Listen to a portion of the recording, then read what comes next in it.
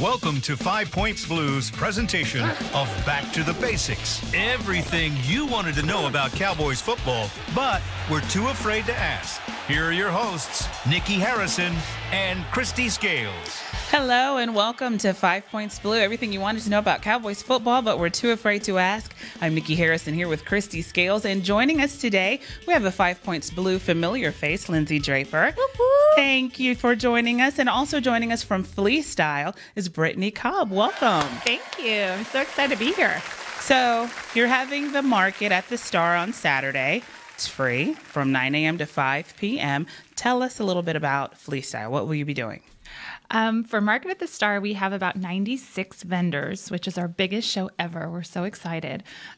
Each will be under a professional 10 by 10 tent selling unique, handmade, vintage, and one-of-a-kind lifestyle goods. So that can range from kids' items, really delicious artisanal food, and then kind of all those things you want from a good flea market: clothing, home decor, lighting, and kind of everything in between. So when you put on an event like this, is this kind of your Super Bowl? Like, are you nervous, or is this like every weekend for you?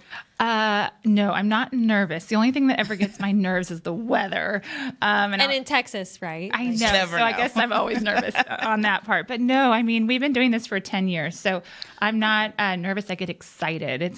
We're at the point where we just want it to happen now. Mm-hmm. All the hard work's been done. Yeah, and we're getting a break with the weather this weekend because it's going to be in the upper 40s on Saturday. And I think later in the day, there's a little bit of a chance for rain. But from 9 a.m. to 5 p.m., we're going to hold it off. Yes. Because we've got the market going. We got the flower cart and everything. Too.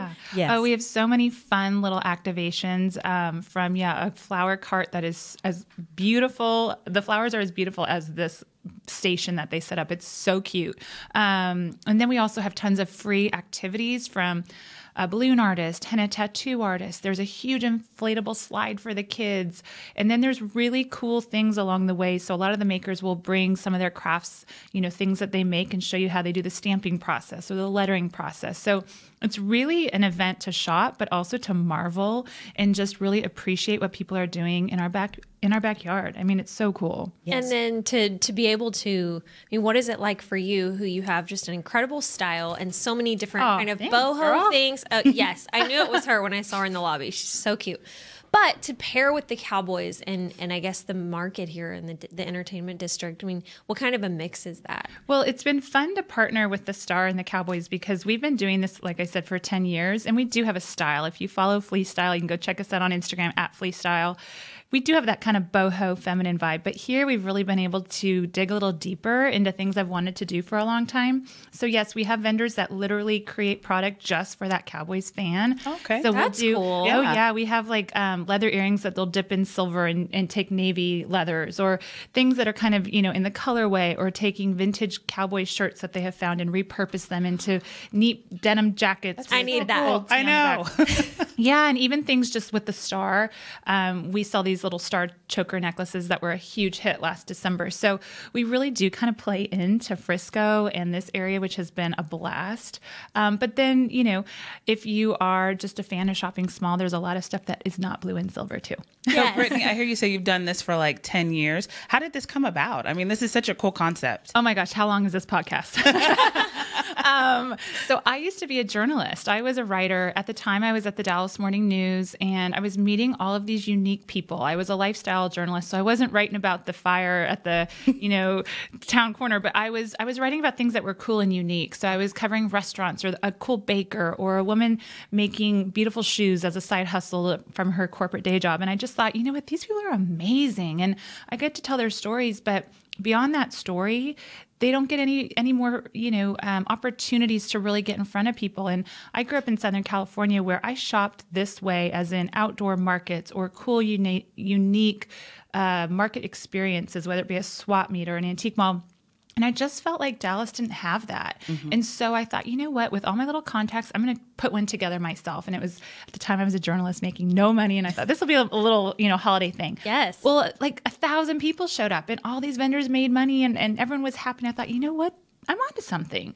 Long story short, I also lost my job that week as a journalist. The, staffing was getting cut, and I was like, all right, well, this is maybe going to be my thing. And so it wasn't my full-time thing for a while, but it was that push I needed to keep doing it versus it just being that one holiday bazaar. And here we are 10 years later. The universe spoke to you. Yeah, we take over. The old story of a door closes and a window opens. Absolutely. But can you take? I know that you got to Dallas when you came to SMU. Correct. But you spoke about being from Southern California and how you used to do, flea market and stuff. But I know there's a little more to the story about that than that. Could you talk about what your mom did, and the retail experience that you had with her? Yeah, my mom is an interior designer back home in California, and I grew up around that.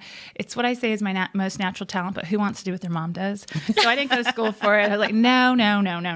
And then, when I went to SMU, I was a journalism major, loved it, had a really great career in that. I mean, I moved to New York. I worked at Forbes. I came back to Dallas. I was with the paper for about 8 years off and on. I really did that. But I saw the industry just changing. And so when I got laid off, I went and moved forward with the flea market, but I actually went into interior design, thing I always said I wouldn't do. But I wanted to work, and I didn't want to continue doing journalism. So anyway, what's so crazy is the vendors I met through my writing, and then those that I met through design, the framer, the upholsterer, they all kind of came together and have built this business that is Flea Style.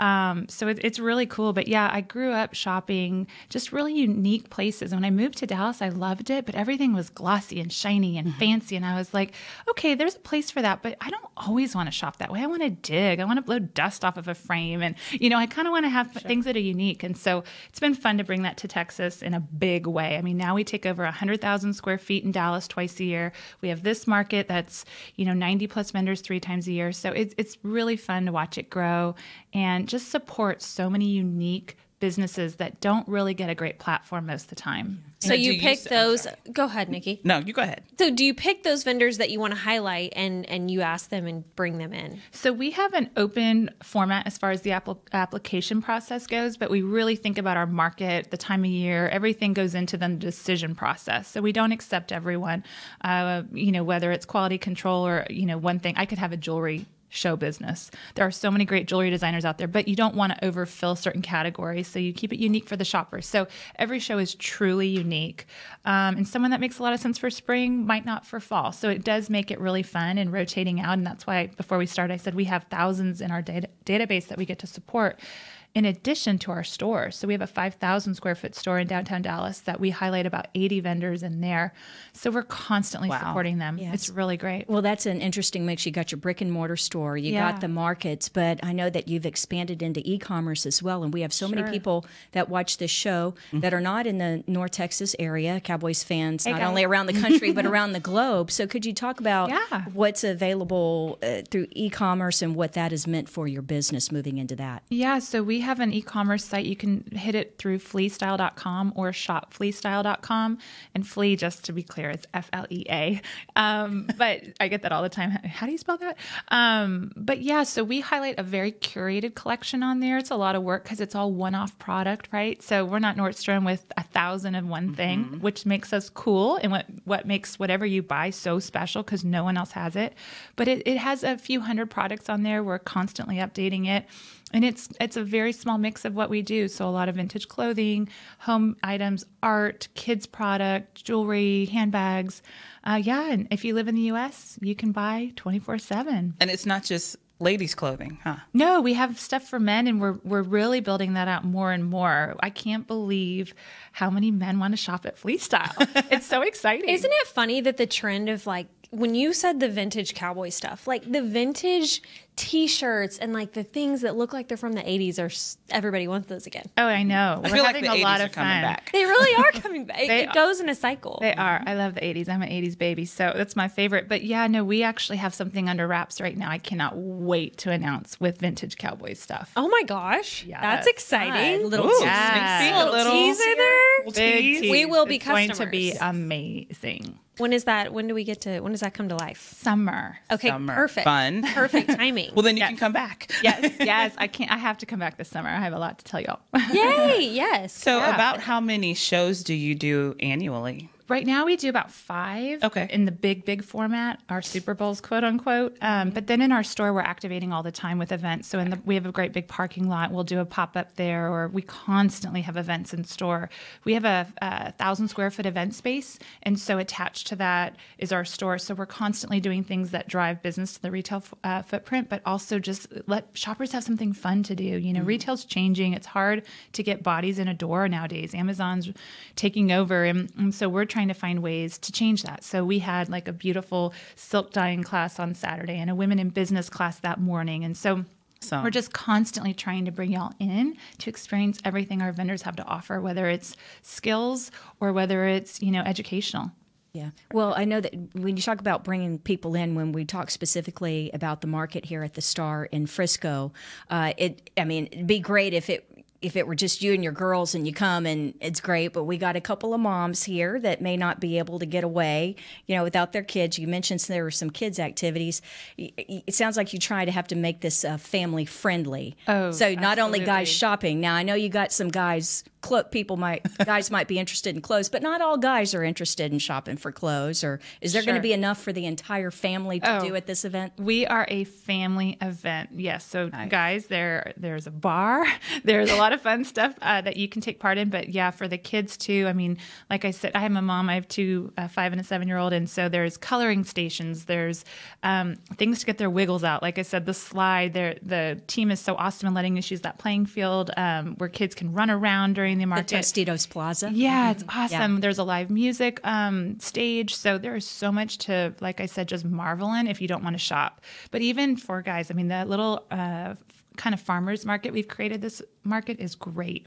Who doesn't like to eat? Yeah, for sure. We have a dip company, a popcorn company, a cake company. I mean, come hungry. Yeah, and the restaurants in the Star will have specials on Saturday. So sounds like a great opportunity to have fun with your family. I'm intrigued because I think everyone at this table is a creative, obviously, but the fact that you have a journalism background, what's maybe like, because you worked in Dallas, what's maybe a memory that you have I don't know. I just love to hear stories of other people on the beat, you know. Oh my gosh.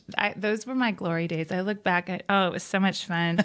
No kids, no husband, no responsibility. Just got to go write about unique people and enjoy that. It was the best. I have so many. I mean, I had a really unique beat. I was a lifestyle journalist, so I got to cover like any celebrity that came through town, any opening. And so I interviewed anyone from Michael Kors, Oscar de la Renta, Giorgio Armani, Nicole Richie, Misha Barton, if you remember Misha Barton. Of course. Yeah. It's a nice list. Yeah, I mean, the list goes on and on. So not that I'm celeb struck, but that was at 25, 26, it was just a blast. So I had a lot of fun, but also just my biggest takeaway from that career was really my mentor and my editor.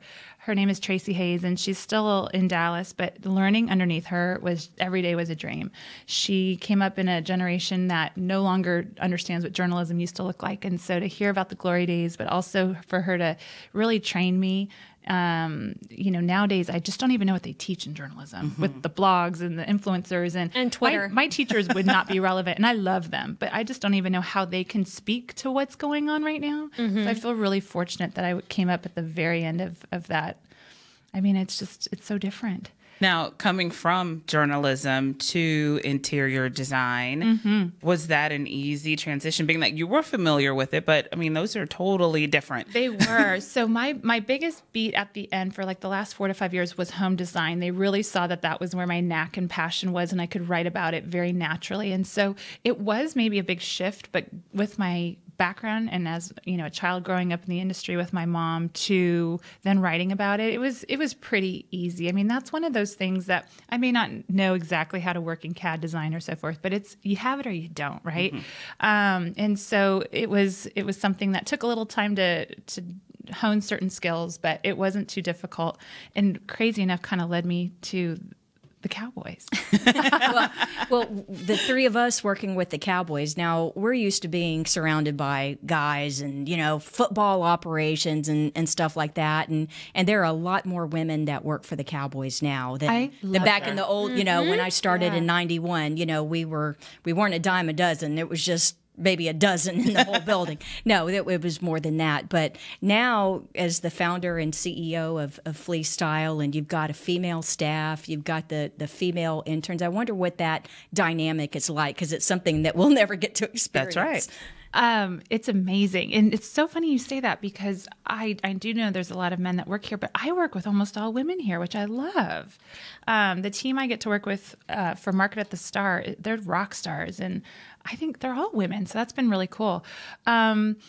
I love my all-female staff. And as we're growing and we're about to hire a bunch of people, I wonder, when is that scale going to tip? And can I keep it all women? Because it's not something I intentionally do. It's just what works, I think, with what we're about. It's amazing. And what's really great is there is no drama in my staff. We've found that I think when you work for something that is about something bigger than yourself, and for us it's small businesses and really, really trying to support unique style and one-of-a-kind taste. And, that's hard in a day that Amazon rules, trying to, hawk and sling $20 vintage and handmade things. I mean, it's not easy. And so for those that believe in it, we are a tribe and we are fierce and we get along so well. And at the end of the day, we are all about championing these small businesses, and it's just a dream and we all feel it. And it's really cool to be a part of. That's awesome. I think the rest of the league, when you speak about us, can look to the Cowboys and not only say this is such a family-oriented company, but we have Charlotte Jones Anderson, who really does promote and celebrate and do things with 5 Points Blue to really recognize what the women in this company do. So what's your relationship with her like? Because we know, we love her. I mean, she's our champion. Unbelievably amazing. But what is it like to work with her on something, outside of the Cowboys? Yeah, she is really involved with Market at the Star. I don't know her very well. I'll say that. I work with her team a lot, but I have really enjoyed working with her. I actually had her on my podcast, Fridays with Flea Style, and I hardly spoke.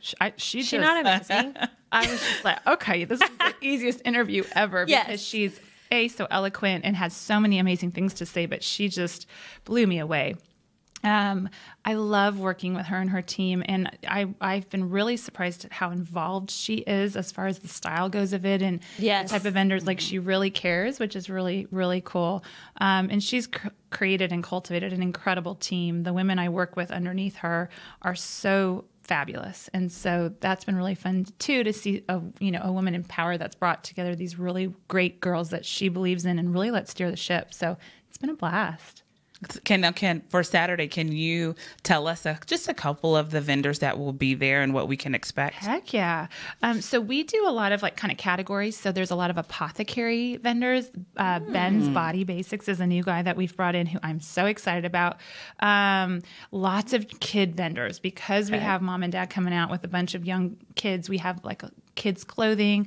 We have even stuff for just babies. So if you have a newborn in your life, really great swaddles and cute floral crowns for their first birthday. Aww. I mean, anything you need for a kid, we have it, I promise. Down to a vendor that just does kids' shoes that are all handmade little moccasins they hand paint. Oh, how fun. They're so cute. Riley needs them. Yeah. Yeah. Oh, we're coming. We will be strolling. He will be bundled. We'll be there. It's going to be so fun. Then, lots of women's clothing, because we did notice the last market, they came out in droves. So we are going to give them what they want, which last show is really great, fun, motivational t-shirts, dusters, kind of just that bohemian lifestyle thing we've talked about.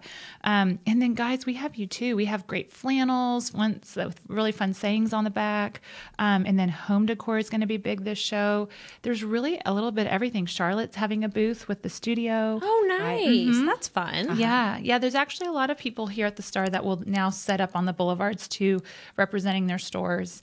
So yeah, a little bit everything. Yeah, even a pet vendor. So wow. Now we've tapped in. That's right. People love their pets. Oh yeah.